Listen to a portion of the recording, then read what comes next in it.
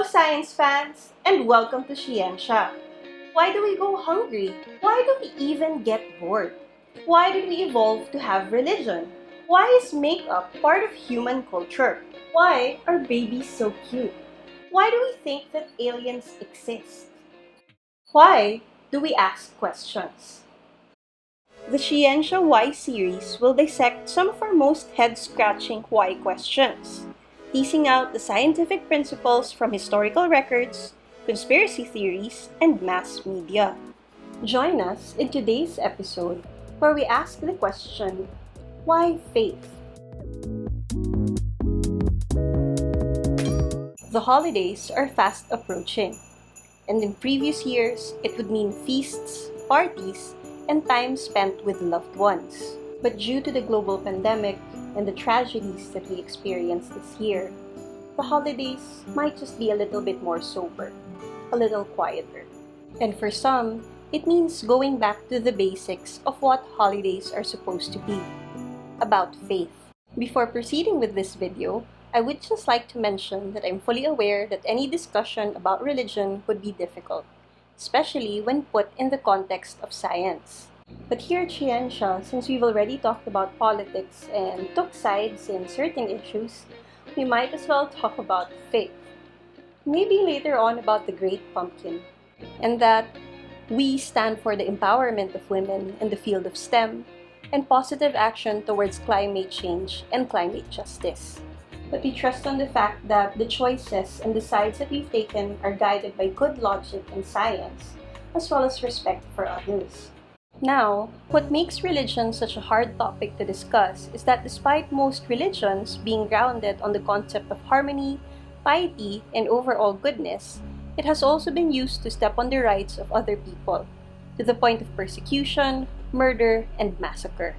It's just that there are interpretations of religious texts that seem to be intent on destroying social diversity, as well as removing power and rights from women and other genders, as well as creating the psychology that a certain group would be superior compared to others based on how they behaved. I find this very frustrating, almost angering, and also confusing, since this behavior certainly feels like arrogance, a characteristic often frowned upon by any and all religions. After all, who can truly say that they have the perfect, right interpretation of the Word of God? But this video isn't exactly about religion, although it touches upon it a little bit. It's about faith. But what is faith? Faith is the assurance of things hoped for, the conviction of things not seen. And faith also plays a huge role in science, not just in religion or spirituality, as it forms the core of most of the experiments that we do to disprove the many hypotheses that can explain various phenomena in the natural world.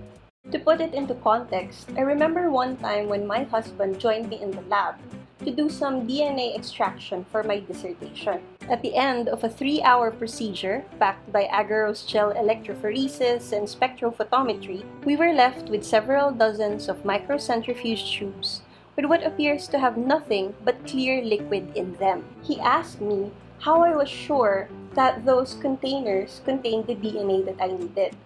And before I launched into an explanation about the structure of nucleotides and the chemical basis of our experiments, my advisor gently interrupted by saying, "We take it by faith." And there was something beautiful and true and almost religious about that. After all, many of our beliefs arise from universal modes of thought that have evolved from reasoning about the natural world. It is, for example, natural to infer intelligent design when we see complex structures in nature, despite having evidence of the randomness of evolution. We are also intuitive dualists, which we can see in the study of taxonomy, where we use dichotomous keys to classify organisms. And so the duality in our nature, made possible by the existence of an immaterial soul, sort of makes sense. Of course, there are many religious views that are not products of the common sense way of seeing the world. Consider, for example, the virgin birth of Christ. which goes against our accepted process of human reproduction. Some would argue, of course, that there is the process of parthenogenesis, which is a reproductive strategy found in plants, some reptiles, ants, and bees that involves development of an egg cell into a whole new organism without fertilization. But even if human parthenogenesis has happened, they ended up being tumors, basically called the ovarian teratoma. But I digress. I'm not trying to say that Jesus was a bee or that he was a tumor. What I'm trying to point out is that there are religious views that goes against the very rules of the natural world. And these are not necessarily caused by innate biases. Instead, they are learned, and they are learned in quite a special way. To come to accept such religious narratives is not like picking up stereotypes or customs or chismes or social rules.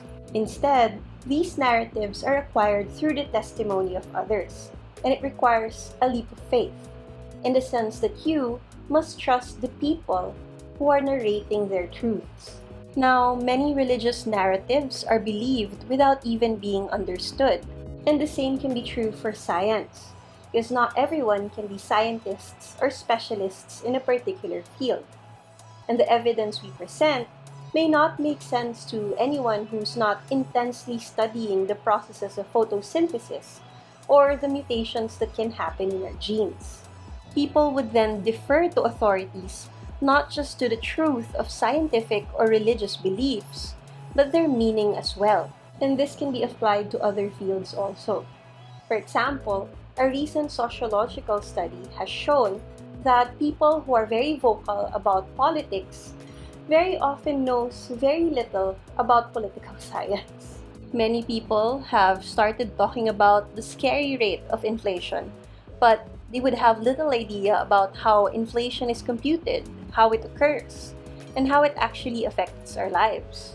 These political, economic, scientific, or religious views are considered credences. A credence is a belief in or acceptance of something you've heard or read about as true, whether or not you fully understand it. Many scientific views endorsed by non-scientists are considered credences as well. It's just like how a lot of people say that they believe that eating GMOs would be bad for our health and that they destroy the environment, despite them not knowing how GMOs are made, or worse, basing their arguments on long disproved theories they found online. And the truth is, much of what is in our heads are credences, and there's really nothing wrong with that. Our lives are too short, and there's so much to know about the universe, and there's too little time for us to study and specialize in them all. But at the end of the day, does science really need faith to exist? Is there any benefit in having faith? What does science have to say? Religion and spirituality are both rooted in trying to understand the meaning of life, and in some cases, how a relationship with a higher power may influence that meaning. Now, some may confuse religion with spirituality, but although both religion and spirituality share a common foundation, they are actually very different in practice. Religion is an organized, community-based system of beliefs, while spirituality resides within the individual and what they personally believe. You can think of it like this.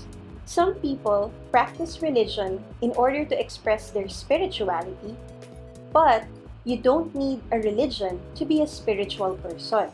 But despite their differences, both religion and spirituality have been scientifically recorded to create a tangible positive impact on the mental health of the 60 to 90% of those who practice them. But of course, benefits generally vary between the two due to their different natures. Religion, on one hand, provides the opportunity for people to believe in something together. It provides structure and a common ground for people to connect with. Religion can then be the catalyst for initiating social connections with individuals of the same faith, and thus it creates a sense of belongingness. Spirituality, on the other hand, is about that sense of connectedness to something bigger than ourselves. It allows for the possibility of introspection and getting to know ourselves, while trying to figure out the answer to that question as to where we fit in the universe. Spirituality focuses on our connection to what we believe in and our own personal growth, and thus it helps us accept any person, whether they are part of a religion or not. But the ritualistic nature of religion can also provide structure, order, regularity, and predictability. And this can help people to cope with difficult life situations, such as the process of grieving, and it can actually provide predictable times for rest and reflection through holidays. The practice of spirituality, in turn, focuses on self-reflection, often facilitated by some form of meditation. This often leads to the discovery of life philosophy that connects one to others or to nature, and prompts expression in any form, such as art, poetry, music, or religious practice. And for those who are lost and confused, religion can provide a set of guidelines, often geared towards the good, that can help ground us and focus us. Although, of course, how these guidelines are interpreted by individuals of authority and how they are implemented are often the cause for oppression and violence. But faith also holds the potential to answer some of our needs that the tangible cannot, such as in the improvement of our mental health and general well-being. And so science has given its feedback. Faith, religion, and spirituality are convictions on things not seen. And these can be beyond science. But the thing is, they are employed by science as well. Religion helps improve mental health and well-being by providing a sense of community, a sense of structure, and a set of guidelines to help people focus. Spirituality helps us find our connection with something greater than us, with nature perhaps. It also helps us figure out our own individualism and thus helps promote tolerance and acceptance of others. And now, close to the end of this video, I would have to confess. You can ask me about the DNA and how it works, and I can talk for hours about climate change. But I'm not a clinician nor a psychologist.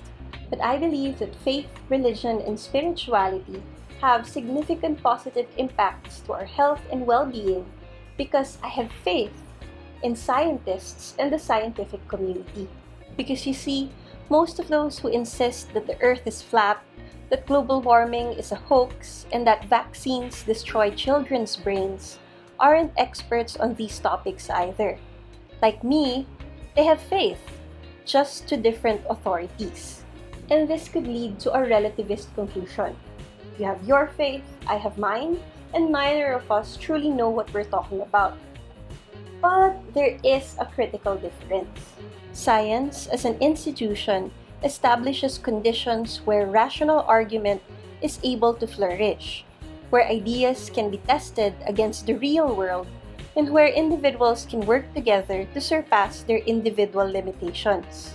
And though the scientific community is by far not perfect, it also has issues with groupthink, bias, political, financial, or personal motivations. I put my faith in it because of the so many tangible evidences of honesty and scientific excellence that I've seen so far.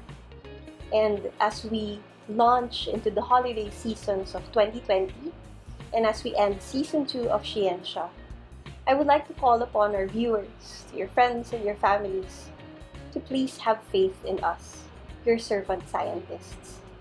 And that's it for our episode on the science behind faith, and also the last episode of the Why series for SHE-ensya Season 2. I hope you were able to learn something from our short video today. And if you did, I hope you can give this video a thumbs up and also subscribe to our channel. If you have any comments, questions, or suggestions, please don't hesitate to message me, your resident Filipino scientist, in the comments section below. Thank you very much, happy holidays, and see you around!